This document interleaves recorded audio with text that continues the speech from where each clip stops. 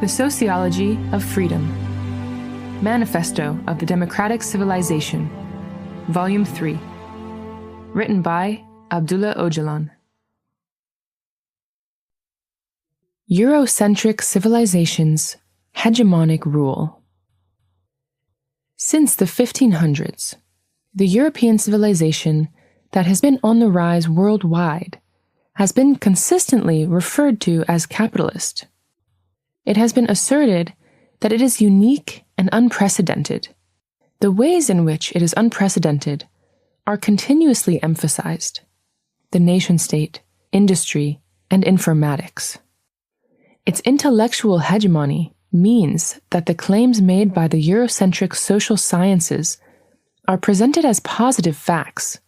These positive facts, which it is hoped will be accepted as strict and absolute facts, even more so than religious facts, are at heart the dogmas of the new modernity. It cannot be denied that the structure of European civilization underwent a transformation into something different. But throughout history, the central civilization has evolved, getting to know many places and time. The form taken by the central civilization in one time and place was not identically reproduced in other times and places. Differentiation has been continuous.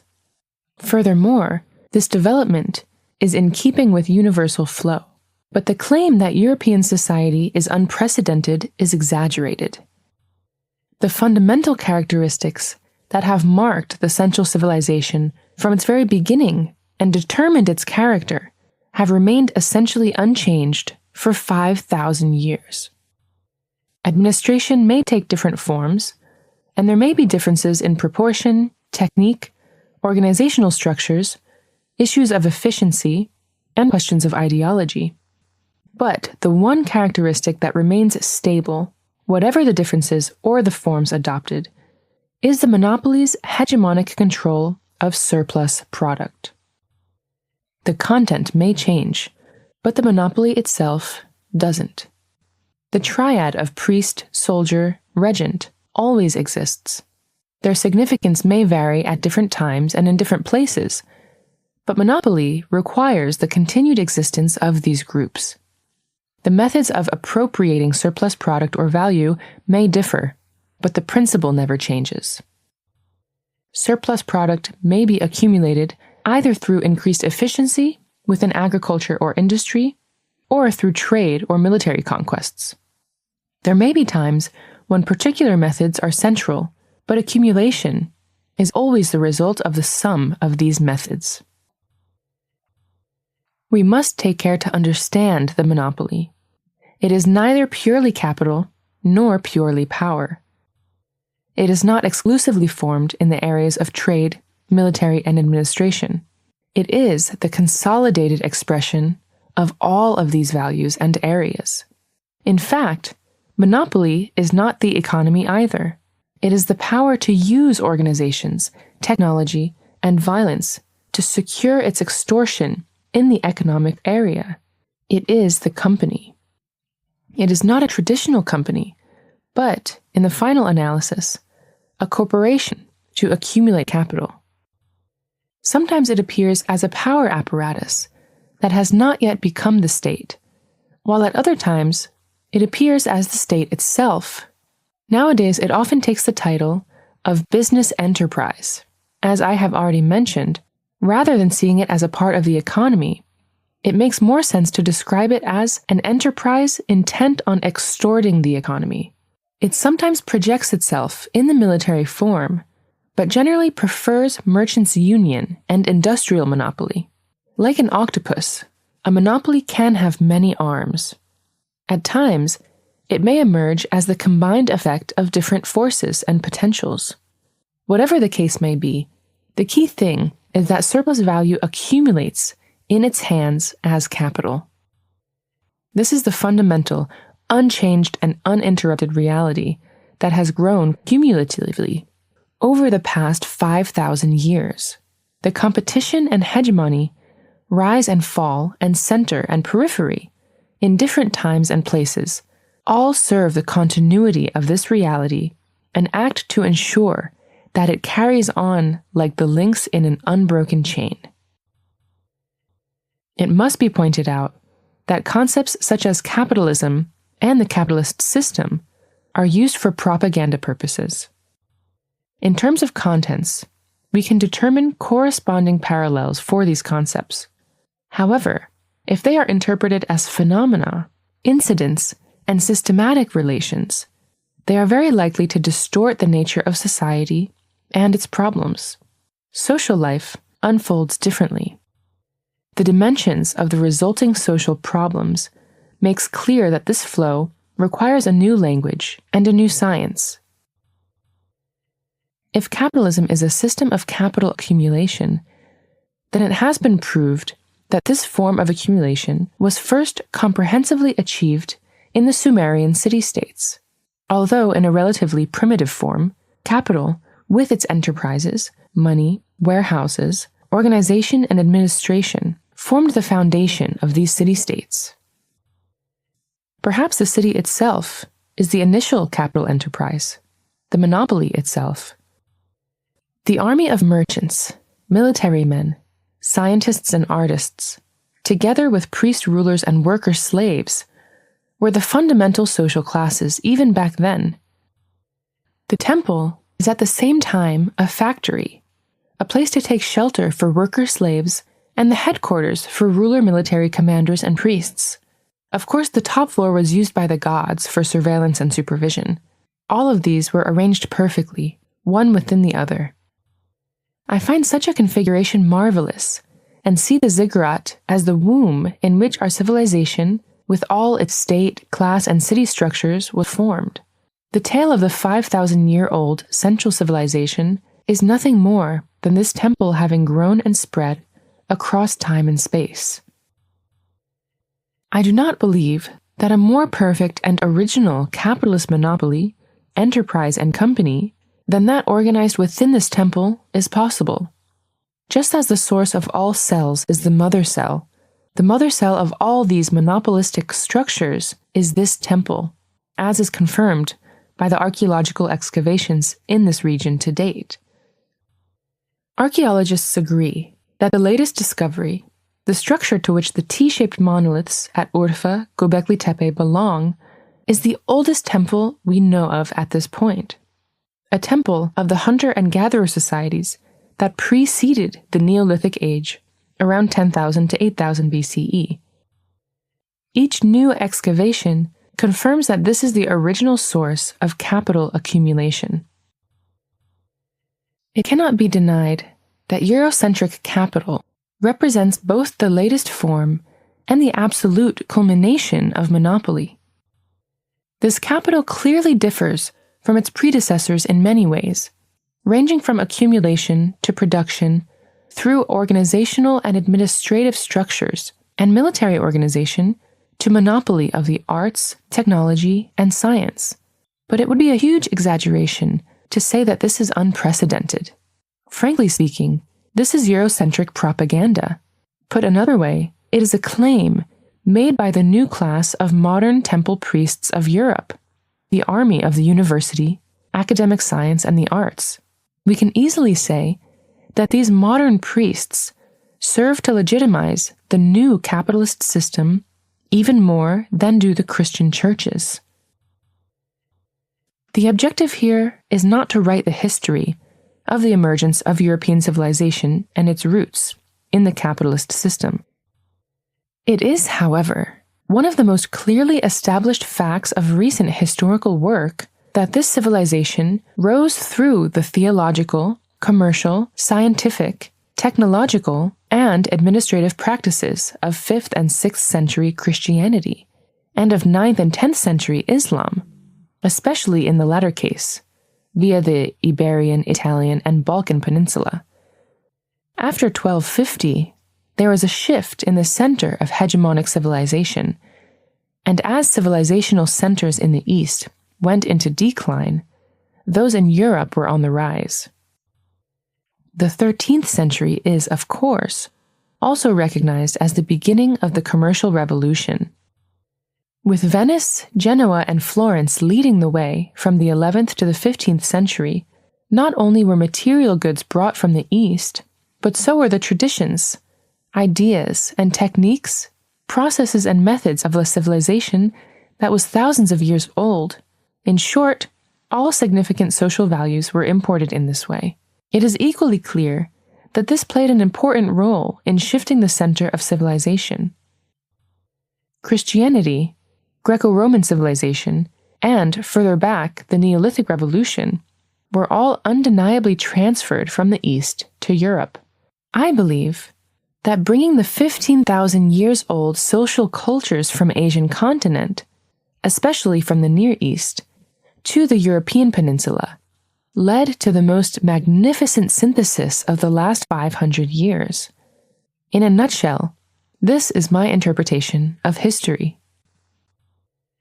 I am not here being either pro-Oriental or pro-Occidental. My main concern, my objective, and the point of this undertaking is to correctly interpret the totality, continuity, and differences in the maintenance of historical society in its entirety. It is clear that more than just the fundamental methodology and structures of Central civilization were transferred to the West. The social problems were also transplanted. I briefly touched on what Christianity brought with it. The East's material civilizational values, trade, production, money, and the state, were as problematic as its immaterial values, Christianity and science. Europe, in a way, was immersed in these problems. Thus, it is not difficult to imagine the earth-shaking impact of introducing the East's complex and contradictory social nature into the still stable and young Neolithic agricultural society of Europe. The competition for shares among monopolies had led to thousands of years of warfare in the East. Europe was caught unprepared. Preliminary work by Christianity was inadequate, which would, of course, later lead to much greater disaster and destruction. Conflicts that flared up within the system from the 16th century onward carried the mark of an Eastern legacy stretching back to thousands of years. The conflicts experienced in the aftermath of the Roman Empire also carried the marks of this culture. I can say without exaggeration that the positive, immaterial, and material values of the Central civilization were not all that was brought to Europe. Grave contradictions, problems, conflicts, and war arrived as well. The traces of the Eastern civilizational tradition can be very clearly seen in the disastrous genocides Europe is responsible for. Assyrian kings boast about building castles and ramparts out of human skulls. The Eastern despots enthuse about the many tribal, village, and city communities they annihilated, and the people taken captive in the process, in so-called heroic stories. European social scientists have not scrutinized the East without reason. I find their efforts valuable, but the Orientalism involved means they do not even come close to presenting the facts. Again, when compared with what has been produced by petrified Eastern minds, I have to acknowledge that we owe European social scientists a debt of gratitude. Even if their work had pre-colonialist intentions, it would still be more accurate to say that their real aim was to understand the story of how Europe was civilized. For the only way to understand Europe, including its contradictions, problems, and wars, is by analyzing the Near East. My efforts should be understood as a modest contribution to the subject of means and method. The majority of people in the East consider Europeans self-confident and very intelligent. I, however, found the Europeans that I met very naive and incredibly fragile, gullible, and unequipped to live in Eastern culture. I believe European Neolithic social tradition had a huge influence on how Europe became civilized after the 16th century.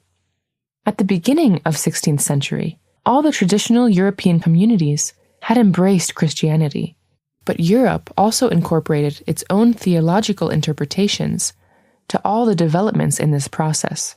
including the urban revolutions after the 10th century. This led Europe to the Renaissance, the Reformation, and the Enlightenment, as well as to scientific and philosophical revolutions. The East, in the face of the spread of Islam, the most recent civilizational tradition of the Near East, was not able to show any developments similar to that of Neolithic society. No doubt there were many successful Turkish, Persian, and Kurdish thinkers, scientists, and artists. There was even a limited Eastern Renaissance from the 8th to 12th century. However, the fossilized structure of traditional Eastern despotism was quick to dominate any society that it penetrated to the point of saturation. This was another very important aspect of the intra-Islam struggles. Of course, the real point was to secure a monopoly.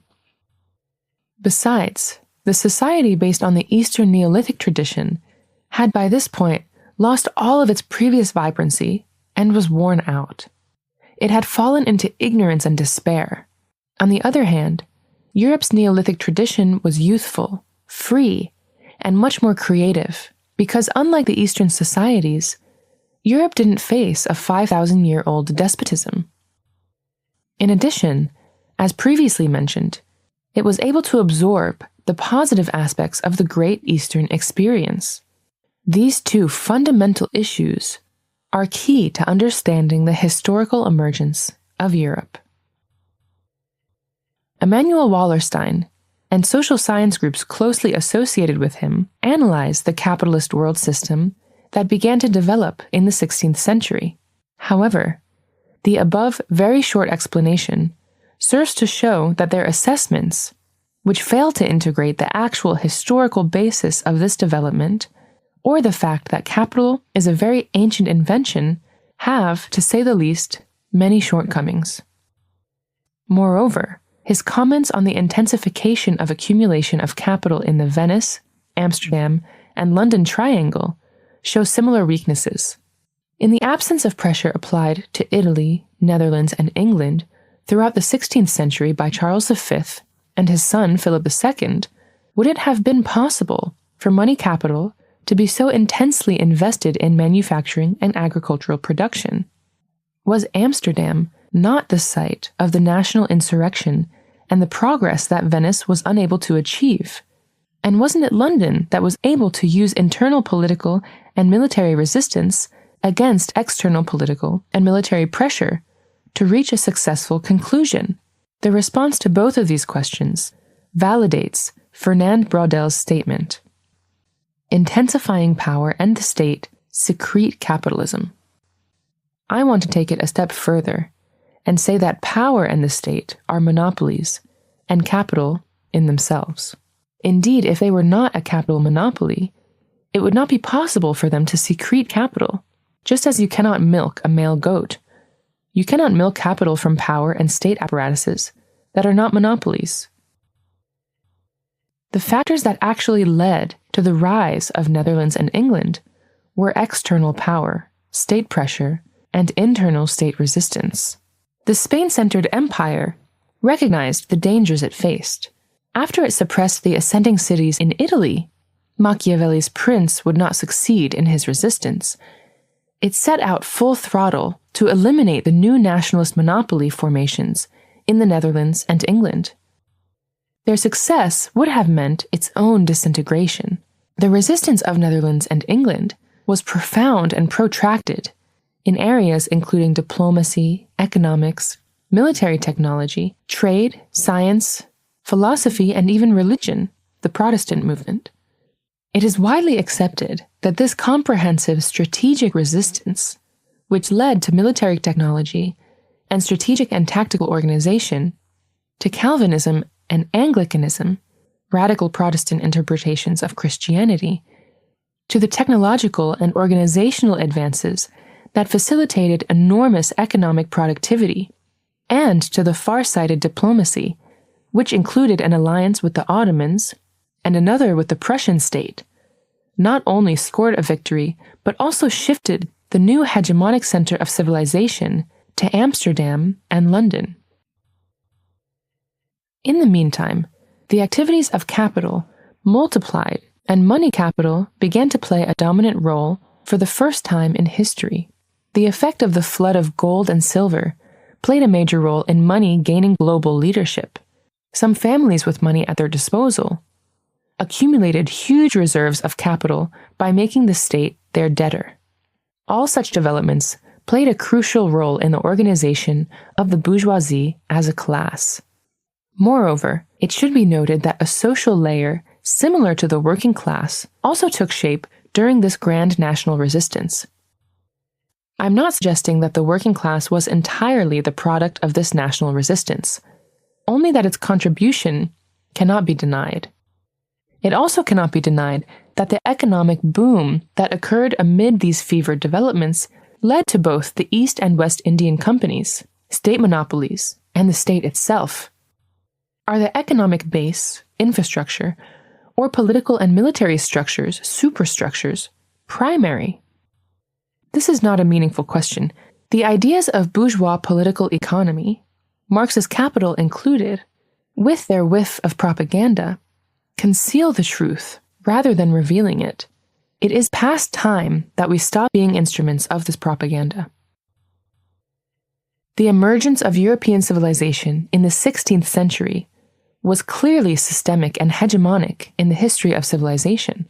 The center has clearly shifted from Venice, besides all Italian cities, Lisbon and Antwerp also belong to it, to Amsterdam and London, with the original nation-state models developing under the leadership of England and Netherlands. It is unquestionable that the new rising civilization was different from all that preceded it and entailed a huge transformation. But we cannot imagine all these developments separate from the 5,000-year-old history of Central civilization. For example, could we talk about the existence of a European civilization if we were to separate the Akkadians from the Sumerians, the Assyrians and Babylonians from the Akkadians, the Median and Persians from the Assyrians, Egyptians, Hurrians, and Hittites from Mesopotamian civilization, the Greco-Roman civilization from the sum of these developments, and, of course, the Abrahamic religions from all of them? Could the miracles of Amsterdam and London have occurred if transportation pioneered by the Italian cities from 1000 to 1300 had not occurred and spread from Italy to the shores of Western Europe? Historical society theses and social science analyses and theories that overlook the totality and continuity of the world civilization system cannot escape major shortcomings and errors.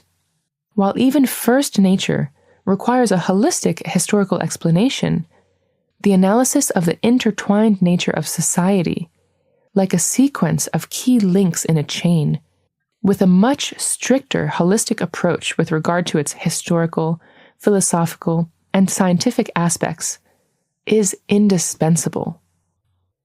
The hegemony of European social sciences may have served the hegemony of the civilization by applying a rigid positivist metaphysics and denying this reality for far too long, leading to widespread chaos in the social sciences. Those who have analyzed capital have a huge responsibility in this respect. The many problems we face clearly show that not only were the majority of these analyses far removed from any attempt to explain capital and the capitalist system, but in fact served to obscure reality. There is a general agreement that during their European phase, monopolies of civilization, which were hegemonic, crisis-ridden, and central throughout history, developed following a path through Venice in the 15th century, Amsterdam in the 16th and 17th centuries, and London in particular during the 18th and 19th centuries. The French civilizational monopoly waged war to snatch hegemony from Spain, Netherlands, and England from the 15th to the 18th century, but failed. Germany underwent a civilizational ascent towards the end of 19th century that ended nightmarishly, culminating in its 1945 defeat. The US began its civilizational ascent in the 20th century, consolidating its predominance after 1945. Its hegemony is now, since the early years of the 21st century, beginning to crack. Soviet Russia's attempt to become a hegemonic center from 1945 to 1990 was not terribly successful. For now, claims that China will be the future hegemonic center are little more than speculation. As has often occurred in history, multi-centered hegemonic reality may shape the near future. The US, the EU, the Russian Federation, China, and Japan all have the potential to become assertive centers. For the time being, however, it can be comfortably said that the US is the hegemonic superpower. Earlier, I briefly examined the argument advanced by Anthony Giddens, the English social scientist, that European modernity, which can also be called civilization, is unprecedented. In short, this assertion is excessively Eurocentric and detached from reality, which I will address in more detail later during the heading Social Problems. In what I call his interpretations of capitalist modernity, Giddens presents capitalism as an entirely European system, with industrialism even more specifically a European revolution, and the nation-state as the system's third pillar, as a completely new order and experiment.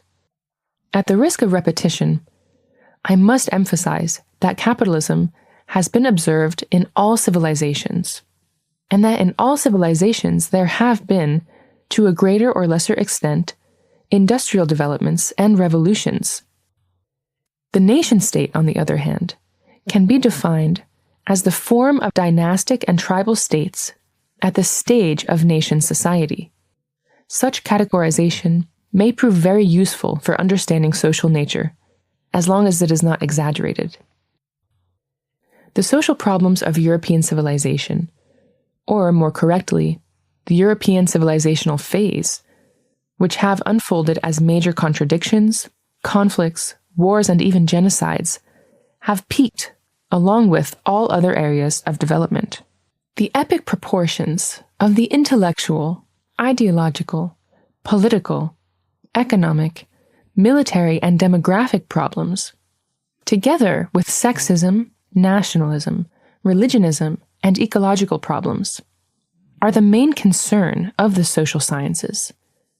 In the last 400 years, Europe has experienced more wars than the sum of wars in previous history. Every kind of war has been experienced: religious, ethnic, economic, commercial, military, civil, national, class-based, ideological, sexist, political, state-based, social, systemic, bloc, worldwide, and so on. There is almost no imaginable type of war that has not taken place. Records in the number of dead and suffering and the material losses have been broken across the board. All these facts cannot be the product of the last 400 years alone, which is a short time in the long historical march of humanity. Our short examination confirms this. The most correct and more useful interpretation of these wars is probably that the problems accumulated in the Neolithic age and in civilized societies over the last 15,000 years exploded in the society of the European peninsula. Although it has not been completely successful, European society has fought the tangled problems handed down from the old society with superior skill, gaining a good grasp of these problems, and thereby struggling against them even more meaningfully. To this end, Europe has undergone the Renaissance, the Reformation, and the Enlightenment, made amazing scientific discoveries, developed philosophical schools, and experienced profound periods of democratic constitutional development. It has established and subverted kingdoms and built republics. It had organized economic systems of unparalleled productivity and carried out the biggest industrial revolution. It is unrivaled in the arts and fashion. It has built amazing cities and established magnificent scientific and medical centers. It has spread the civilization system across the world. In short, it has constructed the most comprehensive world system in history. However, despite these far-reaching developments, it is clear that instead of resolving social problems, Europe has made them more complex. Leaving aside the current systemic problems around the world, including unemployment, conflicts, and environmental destruction, this fact can even be seen with more superficial problems, primarily because these problems have 5,000-year-old civilizational roots, with civilization itself being a huge tangle of problems. I consider the greatest success of Europe to be its ability to hold the mirror of science up the gigantic civilizational problems, even though the mirror was blurred and misleading in many respects. This mirror has made it possible to look at the problems more closely. Of course, the great contributions of the courageous fighters cannot be overlooked, even if the ideologies at play have often been illusory. The heroines and heroes of the battles waged in the name of equality, freedom, and solidarity are genuine contributors. We should not downplay the necessity of defining the fundamental social problem. For thousands of years, societies have fought and have been obliged to fight. It is a sad fact that these societies did not know who they were fighting for.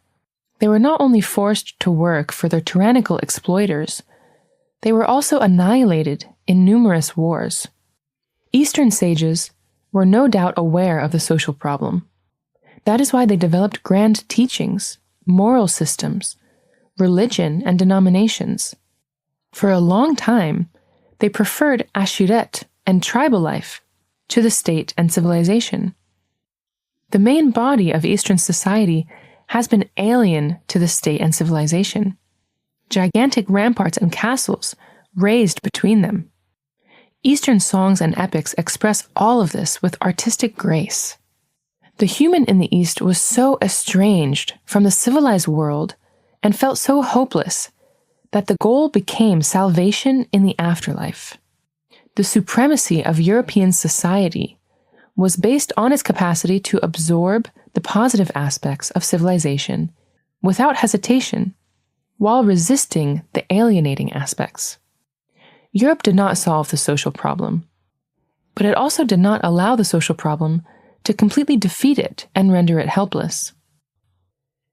Adding our present-day problems and the traditional problems of Chinese, Indian, Latin American, and even African societies to this branch of mainstream civilization will not change their nature. Some noteworthy problems of form can at best strengthen our narrative. In fact, the current world system, a multi-centered system with the US as the super-hegemon, has systematized and totalized not only its problems, but the problems of all the societies in the world. I hope to present a summary of the historical and social problems from a new perspective, with a view to complementing the discussion and making it more concrete.